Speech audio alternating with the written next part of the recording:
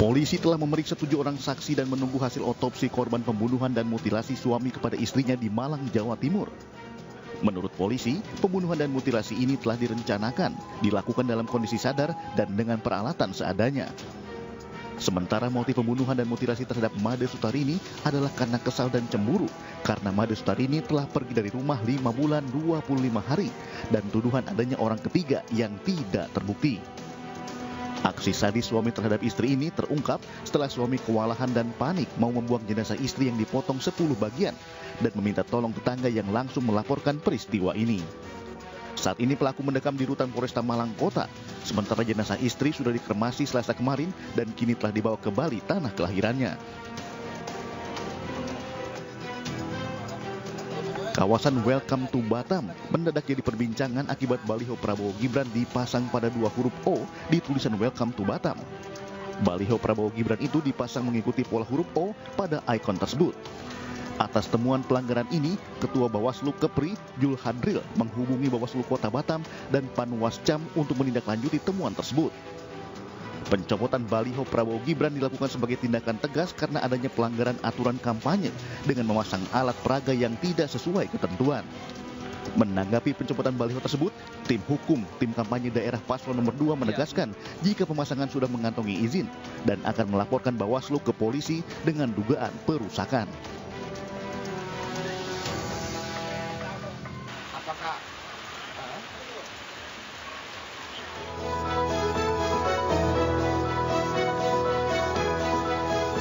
Semalam pemirsa, 6 oknum TNI ditetapkan tersangka buntut penganiayaan relawan Ganjar Mahfud di Boyolali, Jawa Tengah. Kini mereka ditahan di Denpom 4 Surakarta. Meski demikian, korban masih menuntut pertanggungjawaban karena diduga pelaku lebih dari 6 orang.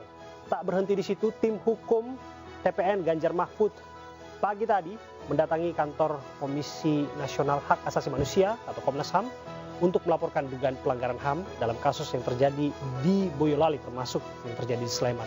Kita akan bahas selengkapnya dalam The Prime Show bersama saya, Abraham Silaban. Gegar.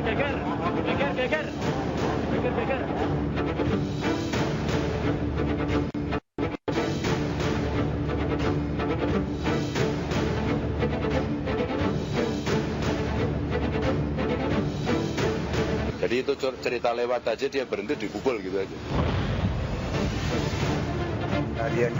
Kejadian muara banyak itu tembak orang tak terkenal. TPN jelas mengutuk kekerasan dan intimidasi dalam bentuk apapun.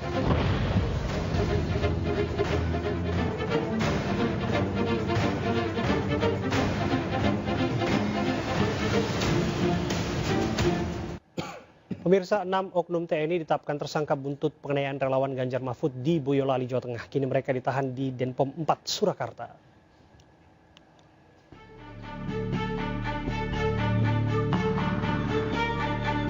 Buntut penganiayaan relawan Ganjar Mahfud di Boyolali, 6 oknum TNI ditetapkan sebagai tersangka.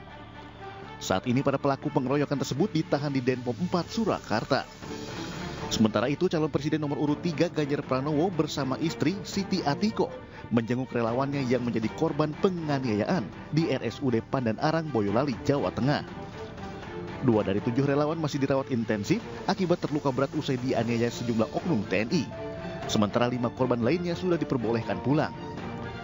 Bahkan Siti Atiko tak kuasa menahan haru saat mendengarkan kisah kelam yang dialami relawan Ganjar Mahfud. Kepada Ganjar, para korban mengaku penganiayaan dilakukan secara tiba-tiba tanpa ada komunikasi terlebih dulu. Iya, dari 7 anak ada 2 yang sekarang masih dirawat. 1 tadi saya tidak sempat ngomong karena masih tidur, karena situasinya masih bengkak-bengkak. Yang 1 sudah bisa diajak bicara, hasil pemeriksaan dokter ya membaik, bagus ya. Tidak ada gegar otak, tulangnya bagus, tulang tengkoraknya bagus, terus kemudian otaknya juga bagus, hanya memar-memar untuk patah gigi dan sebagainya. Itu kondisinya. Nah, yang kedua memang tadi saya mendengarkan cerita dari dia. Di kejadiannya 1 dia lagi berhenti di lampu merah, tiba-tiba dipukul. Jadi tidak ada cerita. Jadi kalau ada penjelasan lainnya rasa-rasanya harus ada pengadilan untuk biar penjelasannya tidak tinglasur, semuanya sama.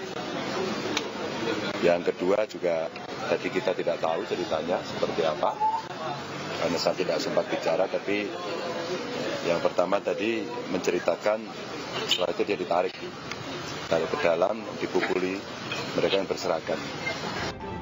Pengeroyokan relawan Ganjar Pranowo, Mahfud MD, terjadi di depan Batalion Infanteri 408 Raider Kodam 4 di Ponegoro. Dalam rekaman CCTV, sejumlah oknum prajurit menghampiri pemotor yang tengah melintas, lalu menarik dan menganiaya para korban hingga terjatuh ke jalan. Tim Liputan iNews melaporkan. Maraknya aksi kekerasan yang menimpa relawan dan pendukung paslon cukup memprihatinkan. Kita akan perbincangkan dan ulas mengenai apa yang terjadi, khususnya di Boyolali, Jawa Tengah. Sudah bersama saya, hadir di studio kami, Kepala Dinas Penerangan TNI Angkatan Darat, Brigadir Jenderal TNI Christomys Sianturi. Terima kasih Pak Kadis sudah hadir bersama kami. Selamat sore. Ya, kami perlu hadir Anda untuk menerangkan, berikan informasi sejelas-jelasnya mengenai apa yang sebenarnya terjadi. Tapi di sisi lain kita juga akan mengulas informasi yang juga dari sisi korban. Sudah bersama kami Pak Slamet Andono yang merupakan korban pengeroyokan oknum TNI yang terjadi di Boyolali yang saat ini dirawat di RS Pandan Arang di Boyolali. Assalamualaikum Pak Andono. Ya, waalaikumsalam Pak. Ya. Gimana kabarnya? Sudah mulai membaik Pak? Alhamdulillah sudah baik ini Pak. Ya, masih kelihatan ada beberapa sisa luka dan masih kelihatan lebam juga ya Pak ya? Iya, ini Pak. Ya. Dan kami menghargai betul ya Pak Andono di dalam ruang perawatan dan dengan kesadaran dan dengan keinginan juga mau bercerita kepada kami. Ini untuk pertama kali ya Pak ya? Ya, untuk pertama kali ini Pak. Ya, Pak Andono, kami ingin tahu Pak, versi Bapak, apa sebetulnya yang terjadi waktu itu Pak? Ketika saya pulang dari acara sosialisasi Pak Ganjar, saya di acara di lampu merah, saya dihampiri oleh 2 orang Pak. Hampir 2 orang, lalu saya dipukulin di lampu merah itu tersebut, lalu saya dimasukkan ke pos penjagaan Pak. Sempat dibawa ke pos penjagaan? Dibawa ke pos penjagaan. Oke. Di dalam saya disuruh buka baju.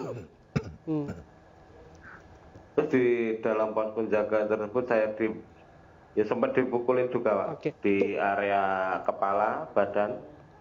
Tunggu dulu, sampai di sana alasannya waktu itu apa sampai dibawa ke pos penjagaan Pak? Nggak ada dialog apa-apa Pak.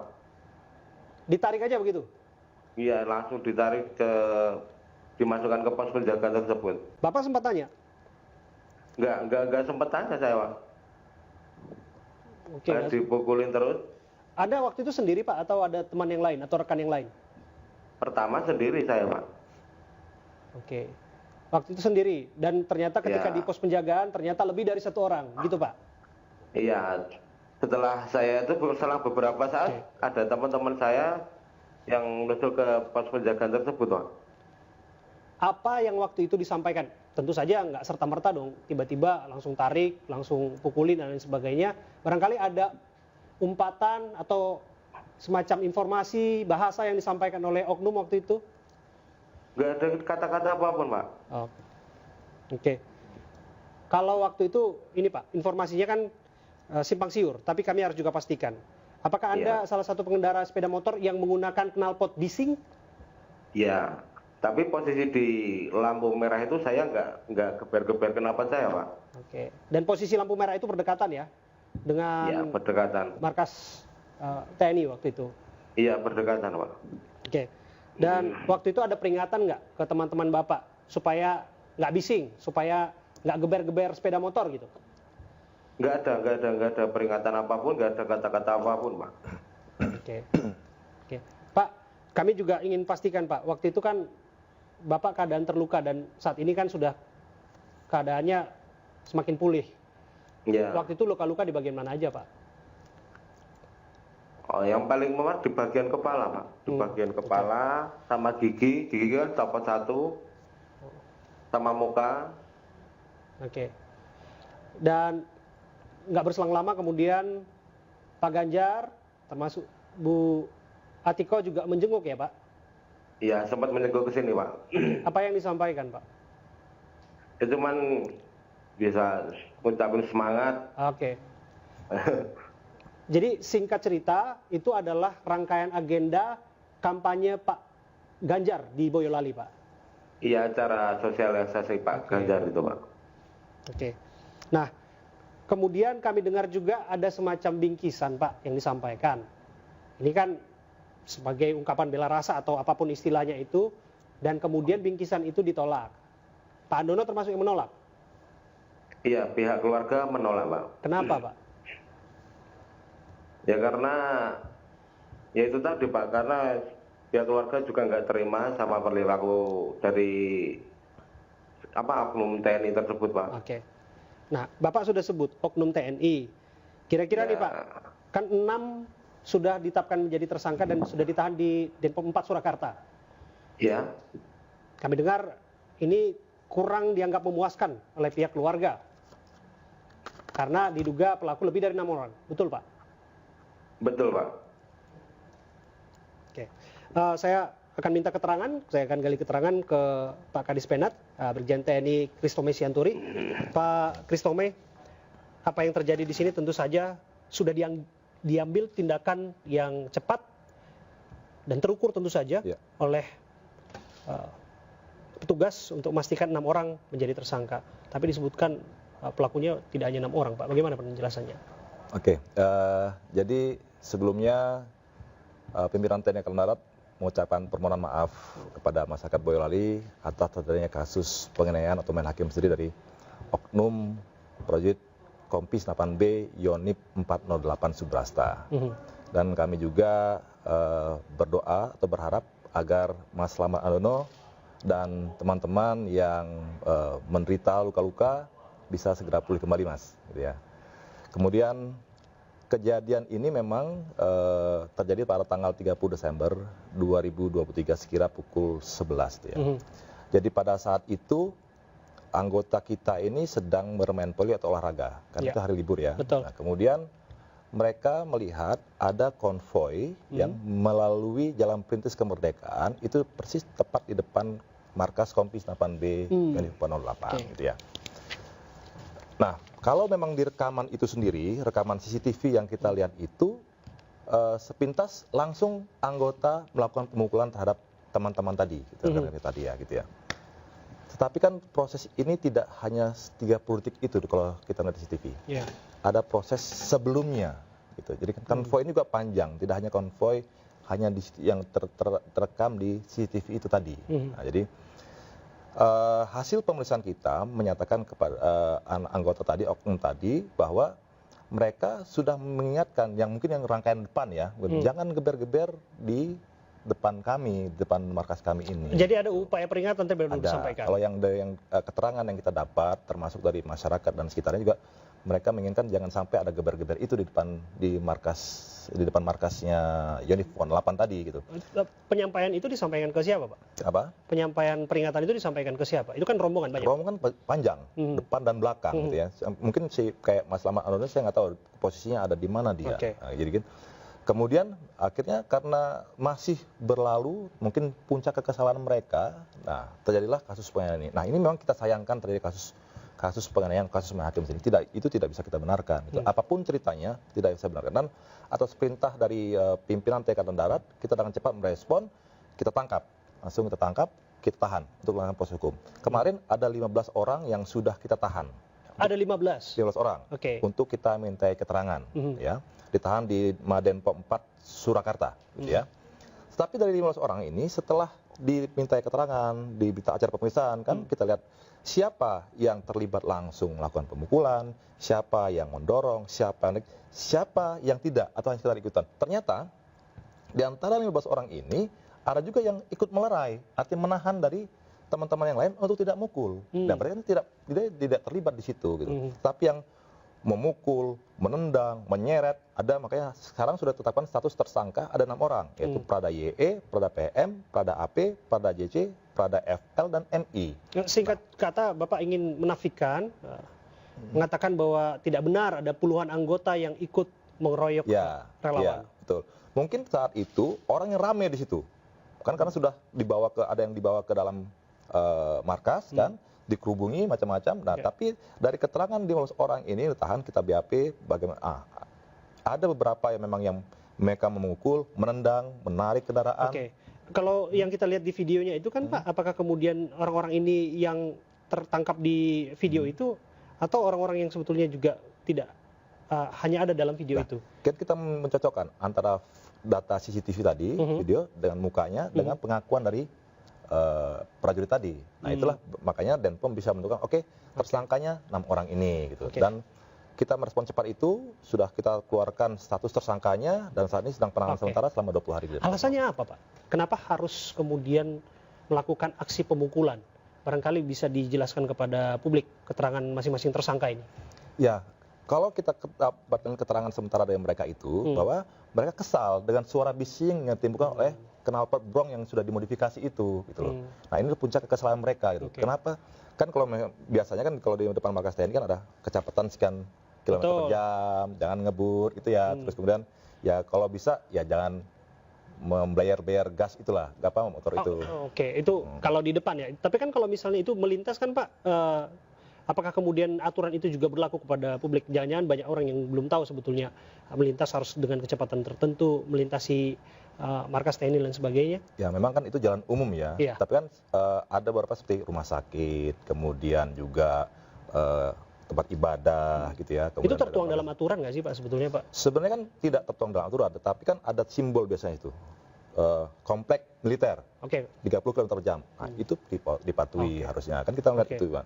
Nah, kemudian Denpom sendiri sudah memeriksa dari 15 orang tadi, 6 orang sudah kita tetapkan status tersangka, dan dengan barang bukti rekaman CCTV, kemudian juga ada kendaraan sepeda motor Yamaha Fitz R AD3795AU, itu punyanya Mas Arif Diva, ya, dengan modifikasi knalpot brong, dan satu lagi kendaraan Suzuki Satria F150 dengan tidak ada nomor polisinya.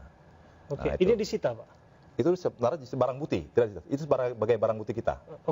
Sampai kemudian di penyitaan itu, apakah kemudian TNI punya kewenangan untuk melakukan penyitaan dan penindakan seperti itu? Karena ini kan katanya dengan urusan lalu lintas yang harusnya ditangani oleh polisi, Pak. Ya, tapi kan saat ini kan itu digunakan sebagai barang bukti untuk menetapkan statusnya tersangka 6 orang tadi. Nanti kita dikembalikan lagi. Gitu.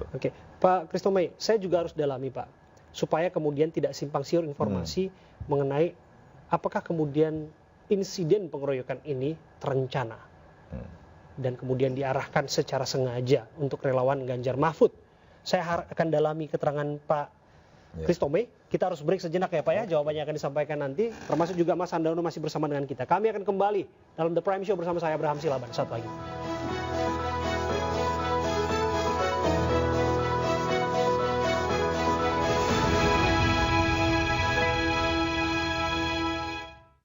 Rasa gigi ngilu kalau minum dingin, terus kondisi gigi sensitif. Jika dibiarkan lebih lama, ada kemungkinan.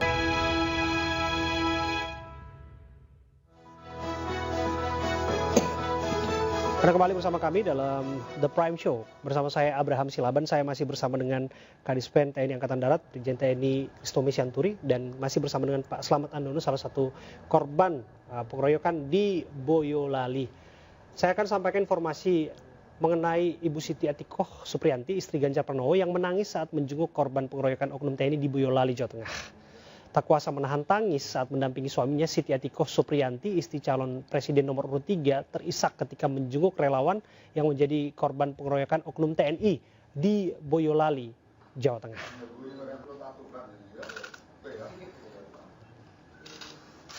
Tak mampu menahan kesedihan saat melihat para korban terbaring lemah tak berdaya, Atikoh pun tertunduk seraya ngelap air matanya yang berlinang dengan tisu.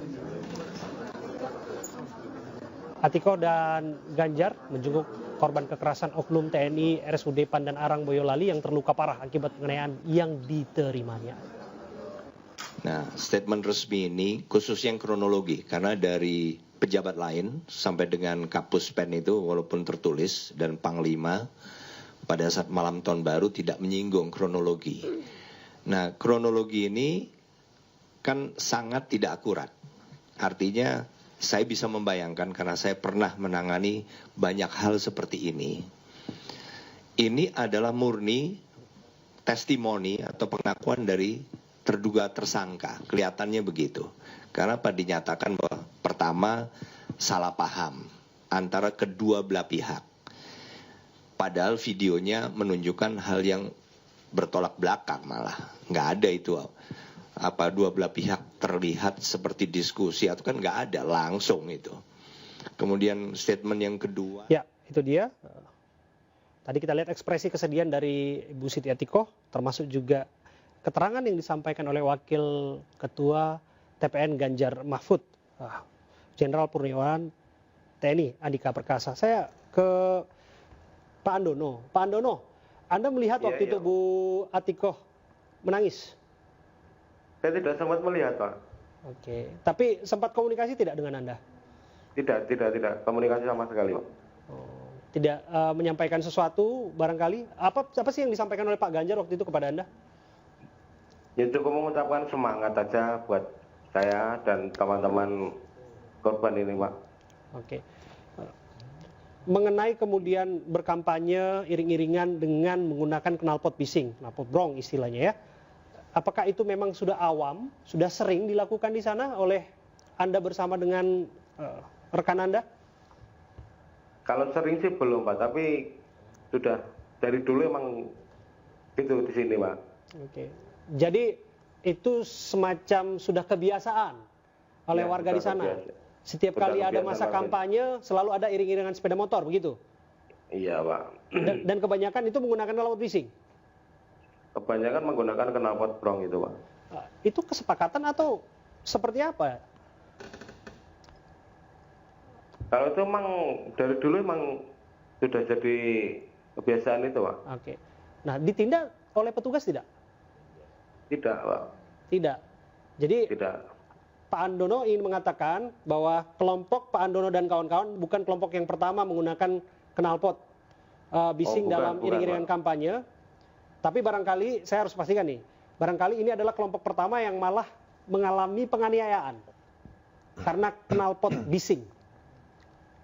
Ya itu bisa jadi, Pak. Oke. Pernah tidak atau barangkali saya melewatkan informasi itu, pernah tidak Anda mengalami atau mengetahui ada insiden serupa karena knalpot bising kemudian ada penganiayaan yang dilakukan? Oh, belum pernah, cuman baru kali ini doang, Pak. Kali ini. Oke. Saya kembali bergeser ke Pak Kris Domai, Pak Kadispen. Pak Kadispen, bagaimana menjelaskan kepada publik supaya narasinya tidak liar bahwa apa yang terjadi di sana tidak terencana dan tidak tendensius kepada relawan paslon tertentu? Ya, baik gini. Jadi kalau memang tuduhan bahwa TNI tidak netral itu terlalu cepat mengambil kesimpulannya dari segelintir orang tadi. Sudah jelas dari komitmen kita bahwa TNI netral diatur dalam Undang-Undang Nomor 34 tahun 2004 tentang TNI dan Undang-Undang Nomor 7 tahun 2011 tentang pemilu. Situ sudah diatur termasuk konsekuensinya apa, sudah ada. Anggota sudah paham apabila dia tidak netral apa konsekuensinya. Nah, itu juga bahan pertimbangan. Jadi kalau kebetulan saja mungkin Mas Slamet Andono ini dan teman-teman yang menjadi korban kemarin itu konvoy depan markas Kompis 8B dan baru pulang dari kampanye Pak Ganjar. Bisa saja terjadi misalnya itu kelompok yang lain, apakah calon yang lain maksud saya. Gitu. Jadi murni kesalahpahaman. Murni kesalahpahaman. Tapi kalau kita dengarkan apa yang kata Pak Andika tadi, menjelaskan bahwa dalam video itu tidak ada kesalahpahaman di sana, bahkan tidak ada semacam adu mulut dan lain sebagainya, yang ada langsung saja insiden pengeroyokan. Makanya tadi saya bilang kan, kita memahaminya jangan dari sepenggal video CCTV yang hanya 30 detik. Tapi kita harus juga lihat situasinya seluruhnya secara keseluruhan. Kalau melihat rekaman keseluruhan, tanggapan dari masyarakat di sekitar itu juga kita harus cari. Kemudian, kenapa kita bilang kesalahpahaman? Kesalahpahaman mungkin menurut Mas Slamet Andono, menurut teman-teman di Arif Diva yang lainnya, oke-oke aja pakai knalpot brong, gagah dia pakai itu. Tapi bagi saya, Saya menyangka tuh, wah yang bising aku, terganggu. Nah, itu artinya salah paham dia. Bagi mereka yang udah, wah gagah saya pakai ini. Tapi masyarakat, wah bising saya, terganggu saya. Nah itu yang kenapa kita bilang kesalahpahaman. Jadi antara yang melakukan dengan yang anggota kita yang melakukan penganiayaan itu dari kesalahpahaman gitu loh. Jadi, tapi yang justru yang kita sayangkan adalah kenapa anggota juga melakukan tindakan kekerasan untuk menyetop kegiatan itu gitu loh. Maka untuk mereka yang melakukan tindakan kelewat batas itu ditindaklah. Iya, gitu pasti. Tapi sudah jelas itu bukan mewakili TNI bahwa TNI tidak netral. Jelas komitmen TNI kita netral sesuai dengan diamankan undang-undang. Jadi apa yang terjadi di sana murni insiden dan dilakukan oleh oknum. Kalau disebutkan oknum, apa betul hanya 6 orang? Jangan-jangan lebih Pak, atau mungkin saja berkembang. Nah, makanya kan sekarang ini 6 orang ini statusnya tersangka, dilakukan penahanan sementara. Kenapa dilakukan penahanan sementara? Untuk dilakukan pendalaman nanti. Kan sebelum masuk ke peradilan militer dia diserahkan kepada auditor militer lagi nanti. Nah itu akan didalami. Kalau memang nanti bisa berkembang, ya kita akan ada tersangka-tersangka baru. Gitu. Tidak menutup kemungkinan untuk itu. Oke. Pak Andono, ini kesempatan untuk Bapak ini jarang ya, Pak Kadis Penat bersama dengan kita di sini dan membuka komunikasi seluas-luasnya Pak. Terima kasih atas kehadiran Anda sekali lagi ya Pak ya. Mas. Pak Andono, apa yang ingin disampaikan Pak? Bapak tentu mendengarkan informasi mengenai 6 orang sudah dijadikan tersangka, tapi lepas dari itu barangkali ada hal yang ingin disampaikan langsung. Silakan Pak. Ya, menurut saya bisa dihukum bisa diselesaikan secara hukum gitu aja Pak. Oke. Jadi Bapak menuntut supaya keadilan ditegakkan begitu ya Pak? Keadilan gitu aja, iya Pak. Dan ditindak tegas oleh tegas oknum-oknum yang bertanggung jawab itu Pak? Iya Pak. Oke. Ada lagi Pak ini sampaikan? Cukup? Sudah gitu aja Pak. Oke. Apa tanggapannya Pak? Ya, jelas komitmen dari pimpinan TNI bagi anggota yang melanggar, bagi anggota yang melakukan tindakan penganiayaan akan ditindak hukum sesuai dengan aturan dan perundangan yang berlaku. Bagaimana keterlibatannya? Apa keterlibatan dalam peristiwa itu pasti nanti akan kita pisahkan. Ya. Jadi yakinlah kepada Mas Andono dan teman-teman lain bahwa anggota kami, anggota Kompi 8B, oknum Kompi 8B yang melakukan tindakan penganiayaan akan dihukum sesuai dengan apa yang dia lakukan. Oke. Dan lepas lepas dari itu komitmen Pak untuk menegaskan bahwa TNI tetap dalam TNI tetap dalam kondisi netral, tidak berpihak pada paslon manapun dalam pemilu. Ya, sudah jelas netralitas TNI itu harga mati. Ya. Sudah diatur dalam Undang-Undang Nomor 34 tahun 2004, Pasal 39 dan Undang-Undang Nomor 7 tahun 2017 sudah tentang pemilu sudah mengatur bahwa TNI, ASN, Polri harus netral. Nah, gitu. Jadi sudah jelas komitmen kami kita netral. Kita pengawal demokrasi, ya. Kemudian kita netral menuju pemilu 2024 yang damai. Bagi siapapun yang melanggar itu akan ditindak juga, Pak? Pasti. Oke, dan itu komitmen yang dipegang, sudah Pak? Ada konsekuensi hukumnya di situ. Oke. Ke Pak Andono, saya ingin pastikan satu hal, Pak. Bapak tidak mengalami intimidasi apapun setelah peristiwa itu dan lain sebagainya, Pak? Tidak, Pak. Tidak, Pak. Oke. Kapan pulang dari rumah sakit, kata dokter, Pak? Belum tahu ini, Pak. Belum tahu. Oke, kita tunggu saja ya Pak ya. Kita berharap Bapak segera pulih kembali. Tapi sekali lagi saya menghargai waktu Bapak dan kesediaan Bapak untuk secara pribadi juga mau berkomunikasi kepada kami menyampaikan insiden yang terjadi di Boyolali dan harapannya Bapak segera bisa pulih. Terima kasih Pak Andono. Terima kasih juga kepada Kepala Dinas Penerangan TNI Angkatan Darat, Brigjen TNI Krisomai Sianturi sudah hadir bersama kami. Baik, terima kasih. Mas Andono, semoga lekas sembuh ya. Terima kasih Pak. Ya.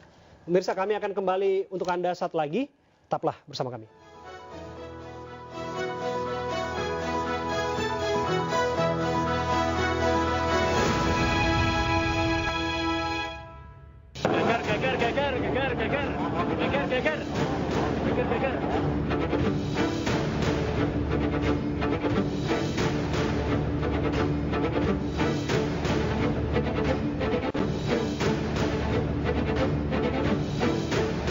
Jadi itu cerita lewat aja dia berhenti dikubul gitu aja.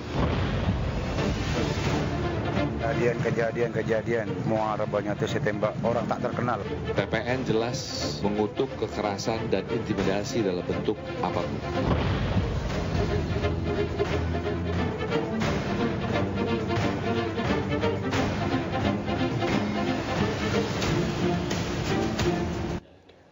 kembali di The Prime Show bersama saya Abraham Silaban. Pemirsa, tim hukum dari Tim Pemenangan Nasional Ganjar Pranowo Mahfud MD Rabu pagi mendatangi kantor Komisi Nasional Hak Asasi Manusia atau Komnas HAM di Jakarta. Kedatangan tim hukum TPN Ganjar Mahfud untuk melaporkan tindak penganiayaan terhadap 7 orang relawan pengusung Capres-Cawapres nomor urut 3. Penganiayaan diduga dilakukan oleh puluhan oknum TNI di Boyolali, Jawa Tengah, termasuk juga insiden aksi penganiayaan hingga meninggal dunia terhadap pendukung Ganjar Mahfud oleh pendukung paslon lain di Yogyakarta. Kedatangan tim hukum TPN Ganjar Mahfud untuk melaporkan terkait dengan insiden tersebut yang terjadi di 2 wilayah. Kejadian itu dilaporkan ke Komnas HAM karena insiden yang terjadi di Yogyakarta menewaskan 1 orang pendukung Ganjar Mahfud dan aksi kekerasan yang terjadi di Boyolali diduga dilakukan oleh puluhan oknum TNI terhadap 7 relawan Ganjar Mahfud. TPN menilai kejadian di dua wilayah tersebut telah mencederai hak asasi manusia, khususnya hak asasi dalam bersuara dan berpolitik. Jadi kami tim hukum TPN Ganjar Mahfud hari ini menyampaikan laporan kepada Komnas HAM terkait dengan apa yang terjadi di Boyolali, peristiwa yang terjadi pada tanggal 30 Desember yang lalu ya.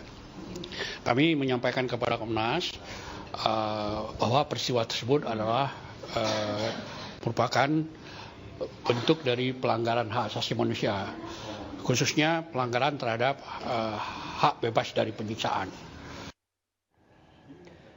Kasus penganiayaan terhadap relawan Ganjar Pranowo dan Mahfud MD bukan pertama kali terjadi dan sampai pada berujung laporan ke Komnas HAM. Kita akan bahas bersama dengan narasumber kami yang hadir di studio, yaitu Bung Khairul Fahmi dari Institute for Security and Strategic Studies. Terima kasih, Mas Fahmi. Bersama kita juga ada Bang Usman Hamid, Direktur Eksekutif Amnesty International Indonesia. Halo Bang Usman, sehat? Sehat, selamat sore Bung Nurwan Silaban dan Bung Fahmi. Saya harus bertanya kepada Anda mengenai tepat atau tidak pelaporan yang dilakukan oleh tim hukum Ganjar Mahfud untuk membawa insiden yang terjadi ke ranah Komnas HAM. Saya kira langkah itu sudah tepat, bahkan akan lebih baik lagi apabila laporan tersebut juga disampaikan kepada pihak kepolisian, karena bagaimanapun juga pemeliharaan keamanan, penegakan hukum, ketertiban itu merupakan tanggung jawab dari kepolisian. Nah, dalam konteks laporan kepada Komnas HAM, saya kira peristiwa-peristiwa yang terjadi tampaknya sudah dikonstruksikan sebagai satu peristiwa yang patut diduga merupakan pelanggaran hak asasi manusia. Tadi saya dengar laporannya adalah tentang pelanggaran atas hak untuk tidak disiksa atau diperlakukan secara tidak manusiawi dan merendahkan martabat manusia. Nah, sekarang kita berharap Komnas HAM melakukan penyelidikan yang efektif. Penyelidikan ini bisa dalam kerangka 2 hal. Yang pertama untuk memperbaiki kebijakan, bisa juga yang kedua untuk mengajukan perkara itu ke pengadilan. Seandainya Komnas HAM memilih yang kedua, maka Komnas HAM perlu membentuk penyelidikan pro justisia dengan melibatkan tim penyelidik ad hoc yang melibatkan unsur dari luar Komnas HAM. Dengan cara itu mungkin laporannya bisa diperiksa hingga di lingkungan pengadilan hak asasi manusia. Oke, bagaimana kemudian menjelaskan duduk perkaranya nanti agar kemudian tidak dianggap tendensius, apalagi ini kan di tahun politik, Bang Usman, segala sesuatunya bisa dianggap menjadi komoditas politik. Ya, betul sekali. Segala sesuatu yang terjadi di masa pemilu saat ini, terutama di masa-masa kampanye politik, sangat bisa dijadikan komoditas politik. Karena itu diperlukan lembaga-lembaga negara yang independen. Nah, Komnas HAM menurut Undang-Undang, baik Undang-Undang nomor 39 tahun 99 tentang hak asasi manusia, maupun juga Undang-Undang nomor 26 tahun 2000 tentang pengadilan hak asasi manusia, merupakan lembaga negara yang independen, lembaga yang diberi wewenang untuk melakukan penyelidikan terhadap dugaan peristiwa yang menurut sifat dan lingkupnya patut diduga sebagai pelanggaran hak asasi manusia. Karena itu pemeriksaan oleh lembaga-lembaga negara independen seperti Komnas HAM atau dalam konteks pelanggaran pemilu, misalnya Bawaslu, itu menjadi sangat penting untuk mencegah masalah-masalah yang terjadi antara pasangan calon atau pendukung paslon, itu bisa menimbulkan politisasi yang tidak perlu. Gitu. Oke, saya bergeser ke Mas Khairul Fahmi. Mas Khairul, Anda melihat tindakan kan sudah dilakukan kepada sedikitnya ada 6 oknum prajurit TNI yang diduga bertanggung jawab untuk insiden yang terjadi di Boyolali. Kemudian dengan laporan yang masuk ke Komnas HAM akan seperti apa nantinya? Iya, saya memaknai yang aduan ke Komnas HAM itu sebagai upaya untuk menekan sekaligus untuk mempercepat lah gitu ya, mempercepat upaya penindakan dan penegakan hukum yang dilakukan oleh TNI supaya mereka juga makin serius. Apa ada kesanksian kira-kira kepada Denpom TNI untuk menindak anggotanya yang kelewat batas? Mungkin kalau sanksi atau keraguan terhadap upaya penindakan itu tidak ya, tapi lebih pada upaya mengakselerasi karena ini kan kita sedang dalam tahapan penyelenggaraan pemilu, ada tahapan kampanye yang masih terus berjalan. Kita khawatir juga kalau lambat ya penindakan terkait kekerasan yang dilakukan oleh aparat TNI ya terhadap warga sipil yang kebetulan adalah misalnya simpatisan pendukung para capres ini. Ini melambat, ini akan berkembang menjadi aksi solidaritas yang berada di mana-mana dan menambah kerentanan atau kerawanan penyelenggaraan pemilu itu sendiri. Sampai di sana hemat Anda, apa yang berjalan saat ini lambat? Insiden itu terjadi tanggal 30, kemudian tanggal 2 Januari kalau saya nggak meleset ya, itu sudah ditetapkan 6 orang tersangka. Iya.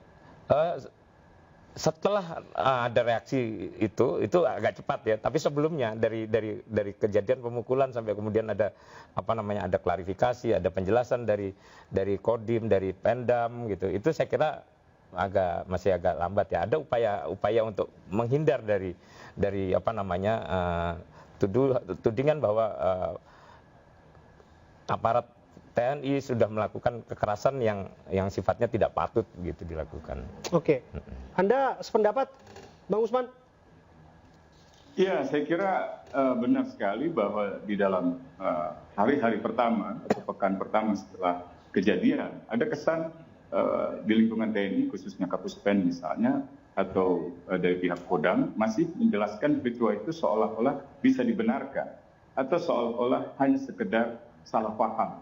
Bisa dibenarkan karena misalnya menyalahkan korban yang menggunakan knalpot brong misalnya. Dan itu sampai ke tingkat elit politik, termasuk Cawapres Gibran juga sampai menyebut-nyebut kalau kampanye jangan menggunakan knalpot brong. Padahal sebenarnya tidak perlu sejauh itu dan tidak bisa alasan misalnya menggunakan knalpot membenarkan peristiwa penganiayaan atau penyerangan atau bahkan pengeroyokan yang sangat brutal semacam itu. Yang kedua yang penting digarisbawahi dari laporan Komnas HAM adalah proses ini bahkan ke depannya bisa mengambil alih proses di lingkungan peradilan militer. Bagaimanapun juga peradilan militer sebenarnya hanya berwenang untuk mengatur atau memeriksa perkara-perkara yang merupakan pelanggaran hukum militer, bukan pelanggaran hukum pidana umum. Kalau melakukan pelanggaran pidana umum seperti pengeroyokan apalagi di jalan raya atau di lingkungan masyarakat umum, itu adalah tindak pidana umum. Otoritasnya sebenarnya kepolisian.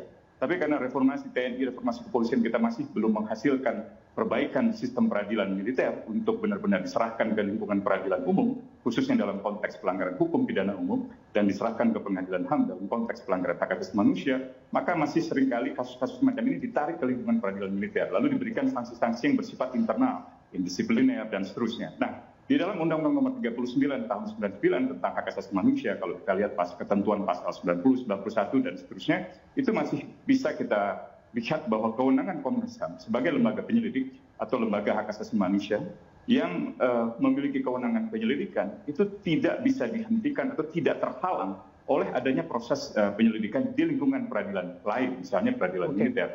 Bahkan kalau kita baca undang-undang versi yang terdahulu sebenarnya ketentuan di dalam lingkungan peradilan militer seperti atasan yang berhak menghukum atau perwira penyerah perkara itu justru tidak dapat dilaksanakan. Jadi saya kira dalam hal ini Panglima TNI, Kepala Staf Angkatan Darat, Pangdam sebaiknya menyerahkan perkara ini ke lingkungan peradilan umum, khususnya dalam hal ini misalnya peradilan hak asasi manusia.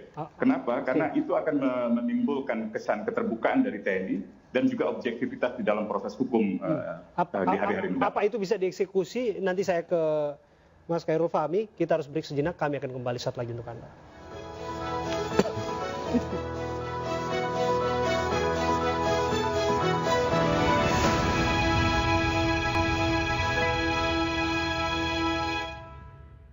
Kami dari Forum Komunikasi Bantuan Polisi Pamung Praja. Viral video sejumlah oknum anggota Satuan Polisi Pamung Praja Kabupaten Garut, Jawa Barat memberi dukungan pada calon wakil presiden nomor urut 2 Gibran Rakabuming Raka.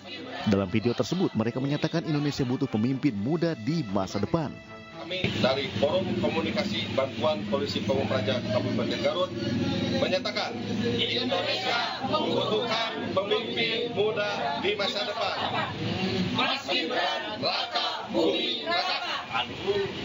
Terima kasih. Ketua Bawaslu Kabupaten Garut Ahmad Nurul Syahid mengatakan pihaknya telah melakukan sidang pleno dan akan segera memanggil Satpol PP yang berada dalam video viral ini. Yang jelas untuk semua pegawai pemerintah daerah itu pemerintah ya harus netral, itu harus netral. Tapi kami akan berusaha salah satunya itu memastikan orang-orang yang ada di video itu statusnya dia honorer atau misalnya ASN baik itu P3K ataupun PNS. Itu yang dalam proses penelusuran yang ingin kami dapatkan informasi. Video dukungan oknum Satpol PP ini membuat gaduh karena ketidaknetralan ASN. Sementara pihak Pol PP Garut belum memberikan konfirmasi terkait kebenaran video yang viral ini. Anda kembali di The Prime Show bersama saya Abraham Silaban. Saya masih berbincang dengan Mas Khairul Fahmi, pengamat militer dari ISES, dan juga aktivis hak asasi manusia Bung Usman Hamid. Saya ke Mas Khairul. Mas Khairul, bicara soal hari-hari ini, segala sesuatunya diuji yang namanya netralitas dan lain sebagainya. Termasuk juga publik sah-sah saja apabila mempertanyakan kemudian apakah TNI kemudian netral dan sebagainya. Kenapa kemudian isu-isu ini kemudian ditarik, kemudian disangkut pautkan dengan insiden yang terjadi di Boyolali, sehingga saya menangkap ya, semacam ada kesimpulan yang dibuat seolah-olah TNI tidak netral. Apa fair dirasa? Demikian. Iya, kesan itu kan tidak bisa dibuat-buat juga ya sebenarnya ya. Tapi memang kalau saya lihat belakangan ini memang harus ada upaya yang lebih besar dari TNI ya untuk menunjukkan komitmen netralitasnya dan menunjukkan bahwa mereka serius menjaga netralitas itu termasuk ya dalam hal-hal yang berkaitan dengan aktivitas mereka sehari-hari di lapangan dalam tugas baik dalam tugas keseharian maupun ya aktivitas lain. Nah, ini yang menjadi masalah ya. Mungkin di tingkat atas sudah oke ya. Tapi bagaimana dengan prajurit-prajurit muda ini? Nah, di grassroots mereka. Nah, kalau kita lihat di Boyolali ini misalnya, pelaku-pelaku yang disampaikan sudah jadi tersangka ini kan rata-rata berpangkat prajurit 2 ya. Ini level termuda, saya nggak bilang terendah, termuda lah gitu ya. Mereka mungkin tamtama yang baru selesai pendidikan gitu ya, baru terjun ke lingkungan kedinasan. Mereka rata-rata usia prajurit muda ini ya masih sangat muda dan mereka punya kecenderungan untuk ya karena baru keluar pendidikan kan masih semangatnya masih tinggi. Mereka dipompa oleh jiwa korsa, ada arogansi juga yang dipompakan ke mereka karena mereka disiapkan untuk jadi untuk menjadi alat kekerasan kan gitu. Jadi tapi apa yang terjadi di sana kan disebutkan tadi oleh Kadispen itu kan murni insiden, tidak ada perencanaan, tidak ada tendensi untuk melukai ataupun mengeroyok relawan paslon tertentu. Iya betul, tapi mereka punya karakter bawaan ya, ada ada korsa, ada karakter bawaan impulsif ya. Ini yang saya kira perlu juga dia. Nah, mereka punya kecenderungan untuk bersifat impulsif, emosionalnya kan masih tinggi meledak-ledak, apalagi mereka memang di pompa arogansinya tadi saya katakan itu membuat mereka ketika terjadi dalam situasi berada dalam situasi seperti itu, ada pemicu, ada identifikasi massa, ada peran sosial yang mereka rasakan. Nah, itulah kemudian terjadi gitu ya, kekerasan itu. Menurut Anda, lepas dari insiden yang terjadi di Boyolali, apa yang mesti dilakukan oleh institusi TNI untuk memastikan dirinya tidak terjebak dalam framing bahwa dirinya tidak netral dan lain sebagainya? Karena bagaimanapun narasi Dirkhusus liar itu sudah mulai menjadi perbincangan publik. Ya, para pimpinan TNI mulai dari di Mabes TNI hingga di level terendah, ya komandan-komandan batalion, komandan Kobi, komandan peleton sampai komandan regu bahkan itu harus serius ya melakukan pembinaan karena aturan sudah ada. Yang dibutuhkan kemudian adalah kehendak yang kuat, perhatian, pemantauan, pengendalian, kemudian keteladanan dari pimpinan. Ini yang kalau tadi dikatakan oleh Pak Kadis Penat itu spontanitas mungkin ya. Tapi kan itu juga berarti menandakan bahwa kurangnya kepedulian dari pimpinan ya.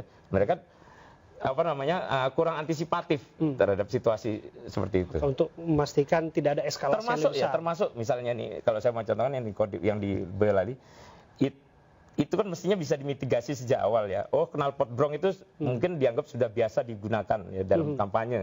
Ya.